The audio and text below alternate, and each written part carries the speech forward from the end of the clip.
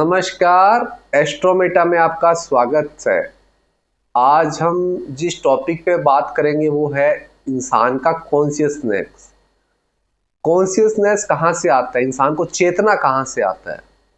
देखिए, कोई इंसान गलत काम करता है या सही काम करता है, अपने काम से बहुत दुखी रहता है, उसका मेन रीजन होता है कि कुंडली में कौन सा घर आपको कॉन्शियस चीजें देता है, कि दिमाग में चेतना कहाँ से जगती है। वो है आपका 5th हाउस, 5वां घर। क्योंकि देखिए, इस दुनिया में क्रिमिनल्स भी है, पुलिस भी है, अच्छे लोग भी है, बुरे लोग भी है, सबसे बनी हुई है। पर उनको सही रास्ता दिखाना ये माँ बाप का काम होता है। माँ बाप उसको, बच्चे को उस लाइन में गिरते हैं या उनके जो भी मेंटर्स होते हैं वो डालते हैं। पर बहुत सारे लोगों को उनके रास्ते नहीं मिलते, उनको पता नहीं होता उनको क्या करना है। तो कई लोग क्रिमिनल एक्टिविटीज में भी आ जाते हैं, उनको पता ही नहीं चलता। वो इतना संघर्ष करते हैं अपने चीजों को लेके कि उनको पता ही नहीं चलता उसको कौन सी जगह पे जाना है। तो बच्चों की कुंडली के अंदर हम कुंडली देखते हैं ना, तो कुंडली देखना बहुत इंपॉर्टेंट फैक्टर है। कि कुंडली जब भी देखी जाती है तो सबसे पहले ये देखिए कि कोई के 5th हाउस में, कुंडली के 5वें घर के अंदर कौन सा प्लेनेट बैठा है। तो सबसे पहले आज हम जिस प्लेनेट की चर्चा करेंगे वो है मरकरी, बुध ग्रह। अगर किसी के 5th हाउस का लॉर्ड मरकरी हो या 5वें घर में मरकरी हो, स्ट्रॉन्ग होके बैठ जाए, उचका होके बैठ जाए, अकेला होना चाहिए, वो बता रहा हूं। पहले आप हमेशा ध्यान रखिएगा, आप दो तरीके से कुंडली को देखने का कोशिश करिए। लग्न कुंडली और चंद्र कुंडली को दोनों देख सकते हैं आप। चंद्र कुंडली से ये पता चल जाता है इंसान का मन किस साइड में है, और लग्न कुंडली से इंसान का जो पर्सनैलिटी है, इंसान का जो स्ट्रक्चर है सोचने का, वो पता चलता है। और चंद्र कुंडली से इंसान का जो मतलब डिजायर होता है ना, दिल का डिजायर है, मुझे ये करना है, तो वो 5th हाउस से पता चलता है कि उसकी चेतना 5th हाउस से है। तो सबसे पहले बुध ग्रह, 5वें घर का मालिक अगर बुध हो जाए, अच्छे घरों में बैठे हो और या फिर उच्च का हो जाए, तो सबसे अच्छा है कि मरकरी से रिलेटेड उसको पढ़ाई करनी चाहिए या उससे रिलेटेड उसको आगे का प्रोफेशन ढूंढना चाहिए। मरकरी का मतलब है फटाफट, मतलब इंटेलिजेंसी। मरकरी का मतलब है स्किल्स। मरकरी का मतलब है शॉर्ट ग्रुप्स बना के काम करना। मरकरी का मतलब है कंप्यूटर, कम्युनिकेशन, आईटी फील्ड। तो ऐसे लोगों को इनसे रिलेटेड पढ़ाई करनी चाहिए। अगर ये करते हैं तो उनको लाइफ में कंफ्यूजन नहीं रहेगा। मरकरी ऐसा भी एक स्ट्रक्चर क्रिएट करता है जैसे शॉर्ट चीजें हो, इस मतलब मीडिएटर टाइप का काम हो, यहां से इंफॉर्मेशन लिया, इधर इंफॉर्मेशन सेंड कर दिया, ये भी मरकरी का काम है।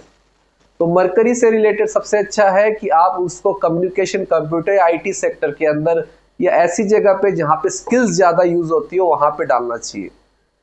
अब आ जाते हैं मंगल, मार्स। मार्स का मतलब है एनर्जी, पावर, मतलब कमांडर, ब्लड से रिलेशन, फिजिकल एक्टिविटी, मतलब ये मान लीजिए जिम हो गया या फिजिकल एक्टिविटी हो गई, उससे रिलेटेड, या फिजिकल जैसे स्पोर्ट्स के अंदर बहुत लोग जाते हैं। 5वें घर में अगर मार्स हो तो ऐसे लोगों को लगातार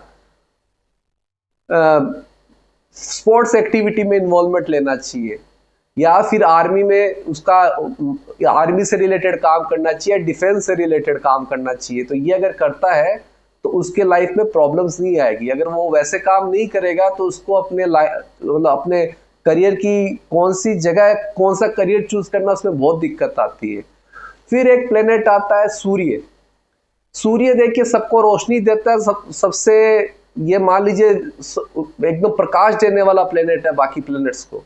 तो ऐसे लोगों, सूर्य को आत्मा का कारक भी बोला गया है। ऐसे लोगों को अपना आत्मचिंतन खुद करके डिसीजन लेने चाहिए कि उसको क्या करना है। 5th हाउस का मालिक अगर सूर्य हो तो ऐसे लोगों को लगातार अपना आत्मचिंतन करके, सोच विचार करके कोई काम करना चाहिए। अगर वो ऐसा करते हैं तो उनकी लाइफ में कभी दिक्कत नहीं आएगी। अब नेक्स्ट प्लेनेट जो आता है वो है केतु। देखिए, केतु एक शैडो प्लेनेट है। केतु एक ऐसा प्लेनेट है जो गुप्त रहस्यों की, मतलब ऑकल्ट साइंस, गुप्त चीजें जो इजीली कोई ले नहीं सकता, लाइक एस्ट्रोलॉजी हो गई या उससे रिलेटेड जो भी काम है, जो ऑकल्ट साइंस को बोलते हैं, वो काम अगर करता है तो उसको बहुत फायदा होगा। केतु का काम सबसे अच्छा यही है कि उससे रिलेटेड पढ़ाई करे। ऐसे लोगों को एस्ट्रोलॉजी सीखनी चाहिए, क्योंकि ये लोग बहुत बारीकी में जाके, बहुत डीप लेवल पे जाके काम करके वो चीज़ों का रिजल्ट दिखा सकते हैं। रिसर्च में भी जा सकते हैं। अगर कोई साइंटिस्ट बनना चाहता है तो रिसर्च प्रोग्राम में रिसर्चर बनना चाहता है तो डेफिनेटली उनको ये पढ़ाई करनी चाहिए। अब नेक्स्ट प्लेनेट है राहु। देखिए, राहु 5th हाउस का हो तो एक चीज दिमाग में ध्यान रख लीजिएगा कि राहु वो देख सकता है जो कोई भी प्लेनेट नहीं देख सकता। राहु वहां से सोचना स्टार्ट करता है जब सब सोचना बंद कर देते हैं। राहु के पास ऑब्जर्वेशन है, डीप और बहुत दूर का सोचता है राहु। तो ऐसे लोगों को ऐसी पढ़ाई करनी चाहिए जो आने वाले भविष्य की प्रिडिक्शन देनी हो। लाइक मानसून हो गया, बारिश कब होना है, अर्थक्वेक्स हो गए, शेयर मार्केट हो गए, तो इससे रिलेटेड अगर काम करता है तो उसको बहुत फायदा होता है। नेक्स्ट प्लेनेट है आपका जुपिटर। जुपिटर मतलब ज्ञान।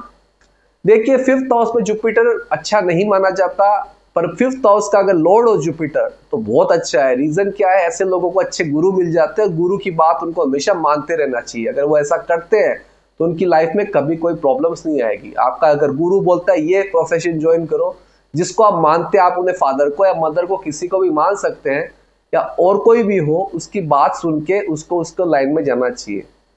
5वें घर का प्लेनेट अगर शुक्र हो जाए, देखिए शुक्र क्या है?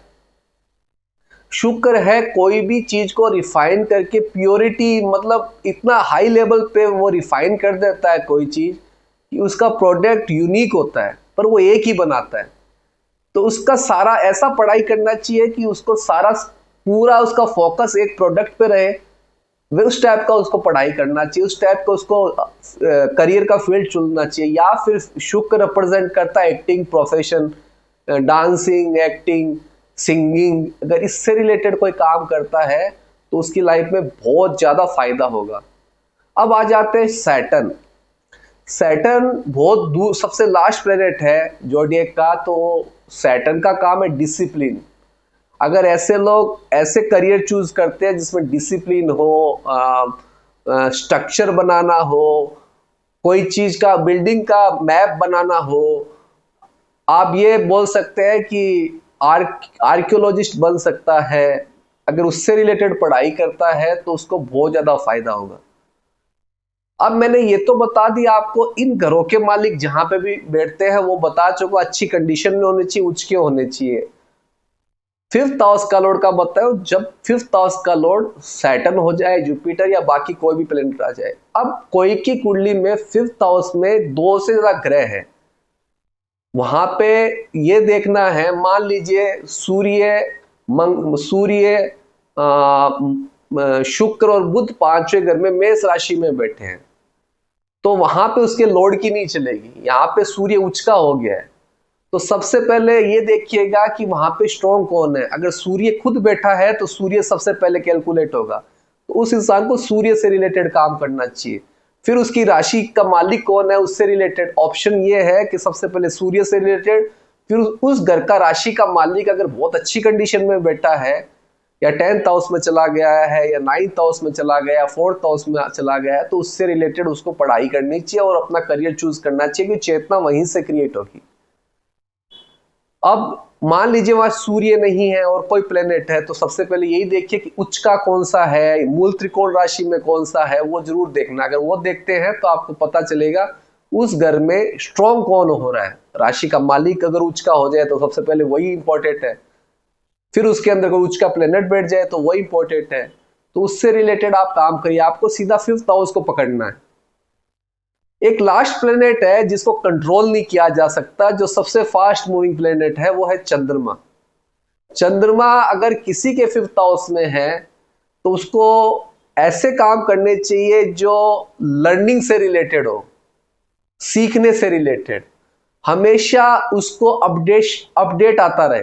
जैसे आपने देखा होगा अपने मोबाइल्स में एवरीडे अपडेट्स आते हैं, वैसे ही फास्ट अपडेट जो आते रहे वो काम करना चाहिए। ऐसे लोग स्विमर भी बहुत अच्छे बन सकते हैं, ऐसे लोग गाना भी बहुत अच्छा गा सकते हैं, डांसिंग भी बहुत अच्छा कर सकते हैं, पर शॉर्ट पीरियड के लिए, लॉन्ग पीरियड के लिए नहीं। तो ऐसे लोगों को अगर ये बोल सकते हैं कि कोरियोग्राफर बना दिया जाए जो डांस सिखाते हैं, ऐसे लोग स्विमर बन सकते हैं बहुत अच्छे। तो चंद्रमा बहुत फास्ट मूविंग प्लेनेट है, इसको कंट्रोल करना बहुत डिफिकल्ट है। अगर यही कंट्रोल हो जाते हैं तो बाकी आपके जो मतलब 9 प्लेनेट है उसमें से मैं कह रहा हूँ चंद्रमा कंट्रोल हो गया, 8 ऑटोमेटिकली कंट्रोल होने लग जाते हैं। पर चंद्रमा को कंट्रोल करना मुश्किल है, क्योंकि चंद्रमा 2.5 दिन में घर बदलता है। इंसान का मन अभी कुछ है, थोड़ी देर बाद कुछ होता है, उसके थोड़ी देर बाद कुछ होता है। तो चंद्रमा को कंट्रोल करने से अच्छा है कि सबसे अच्छा रेमेडी है कि उसको मेडिटेशन से रिलेटेड काम करने चाहिए, कंट्रोल करना अपने आप पे, उससे रिलेटेड काम करेगा तो बहुत फायदा होगा। ऐसे लोग बहुत प्रोग्रेस करेंगे इस लाइन में। होप सो मेरा वीडियो आपको बहुत अच्छा लगा होगा। ऐसा आगे के लिए भी कुछ आपके सवाल है तो मुझसे पूछ सकते हैं। 5th हाउस पूर्व पुण्य का भी होता है, 5th हाउस शादी लव मैरिज का भी होता है। उस पर मैं ऑलरेडी वीडियो बना चुका हूँ, आप डिस्क्रिप्शन बॉक्स में आपको लिंक मिल जाएगा। मैंने आज नॉलेज और चेतना के बारे में बताया है कि इंसान 5th हाउस नॉलेज का है और आपकी चेतना 5th हाउस से ही होती है। अगर उसको सही रास्ता किसी को दे दिया जाए 5th हाउस को देख के, तो इंसान डगमगाएगा नहीं और अपने काम में हमेशा खुश रहेगा। Thank you.